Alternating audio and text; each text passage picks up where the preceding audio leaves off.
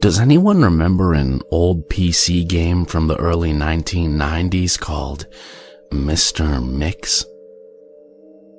It's mainly a typing game, similar to Mario Teaches Typing, where you have to type words into a box to make a chef, the titular Mr. Mix, put ingredients into a bowl. Unlike most typing games, however, this game is notorious for having an insane difficulty curve. The game has a words per minute requirement for each level, being as low as 10 on level 1 and as high as 85 on the third. By level 5, the requirement reaches over 500, effectively making it impossible to proceed any further. One of the main things that people noticed about this game immediately was the background music. The music on the first level was an unsettling pattern of growls that got progressively louder as the level went on, often causing damage to early computer speakers that weren't designed to handle extremely high volumes of sound. The second level had no music at all, and the third had what sounded like an extremely low-quality recording of a hairdryer playing in the background. The remaining 2 levels had an extremely loud and high-pitched ringing throughout that caused severe eardrum damage to those who managed to get that far. Another rather disturbing aspect of the game was the design of Mr. Mix himself. He was a large, round-faced, overweight man with large beady eyes and red spots on his cheeks.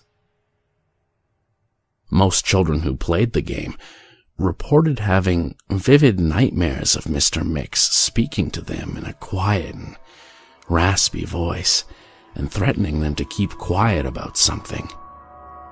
However, none of them could remember exactly what that was. One psychologist who saw many of these children reported being disturbed by the sheer amount of terror on the faces of the children as they recounted the details of the nightmare. Many of the children broke down into tears in the process, begging for their parents to save them.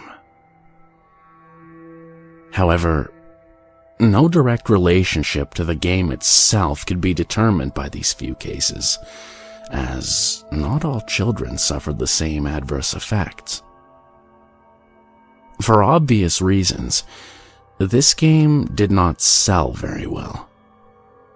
It remained in relative obscurity until a few years ago when PC hackers caught a hold of a ROM of the game and began digging through it.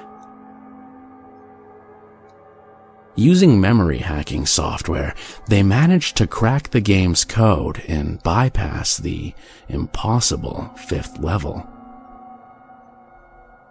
What they found, however, was extremely disturbing and caused many of them to quit the expedition altogether.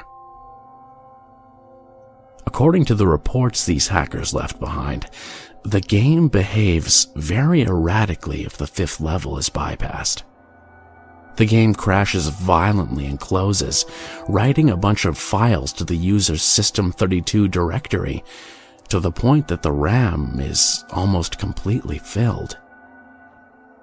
These files are reportedly pictures of people with horribly deformed faces, appearing to scream in pain and agony, with their eyes appearing to be bleeding from their tear ducts and their outer layer of skin torn clean off in multiple places.